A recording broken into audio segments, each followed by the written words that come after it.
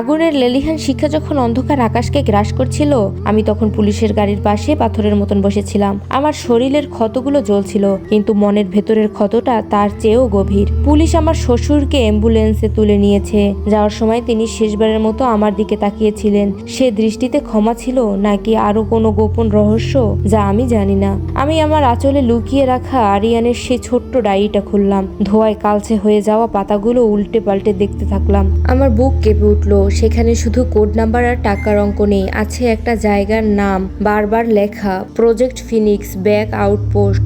আর তার নিচেই একটা হাতে আঁকা ম্যাপ, যা নির্দেশ করেছে সীমান্তের কাছে এক পুরনো চা বাগানকে। 3 দিন পর আমি এখন সেই চা বাগানের শেষ মাথায় এক পরিত্যক্ত বাংলার সামনে দাঁড়িয়ে। পরনে কালো প্যান্ট আর জ্যাকেট, চুলে শক্ত করে পনিটেল বাঁধা। সাথে পুলিশ নেই, কারণ আরিয়ানের নেটওয়ার্ক পুলিশের রন্ধ্রে রন্ধ্রে। আমি ঝুঁকি নিতে চাইনি। আমি জানি আরিয়ানকে ধরতে হলে আমাকে ওর মতোই নিঃশব্দ হতে হবে। বাংলোর চারপাশে নিস্তব্ধতা, শুধু ঝিঝি পোকার ডাক। আমি ড্যাডির নকশা অনুযায়ী পেছনের জেনারেটর রুমের পাশ দিয়ে ভেতরে ঢোকার রাস্তা খুঁজে পেলাম। ভেতরে ঢুকতেই নাকে এলো সেই পরিচিত ফরমালিন আর ওষুধের কড়া গন্ধ।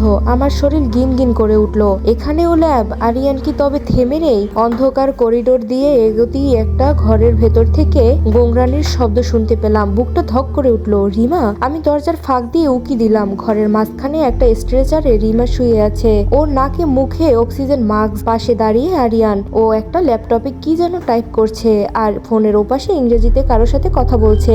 ডোন্ট ওয়ারি, ট্রান্সপোর্টেশন সাকসেসফুল হবে। ডোনার দাতার হার্ট একদম ফ্রেশ আছে। কাল সকালে ফ্লাইটে আমরা বর্ডার ক্রস করছি। আরিয়ানের গলার স্বর এতটাই শীতল যে আমার শিরদাঁড়া দিয়ে হিমস্রোত বয়ে গেল। ও রিমাকে বোন হিসাবে নয়, একটা পার্টস বা অঙ্গের আধার হিসাবে ব্যবহার করতে চাইছে। আমি আর নিজেকে সামলাতে পারলাম না। ঘরের কোণে থাকা একটা লোহার বড় রড হাতে তুলে নিলাম। নিয়ে লাথি দিয়ে দরজাটা খুলে ভেতরে ঢুকলাম। আরিয়ান! আমার চিৎকার ঘরের দেয়ালে প্রতিধ্বনি তুলল। আরিয়ান চমকে ফিরলো। আমাকে দেখে ওর চোখে মুহূর্তের জন্য বিস্ময় খেয়ে গেল, কিন্তু পরক্ষণেই সেই বিরক্তির হাসিটা ফিরে এলো। ও ধীর স্থিরে ল্যাপটপটা বন্ধ করলো। ইরা, তুমি এখানে আসবে জানলে আমি লাল গালিচা বিছিয়ে রাখতাম।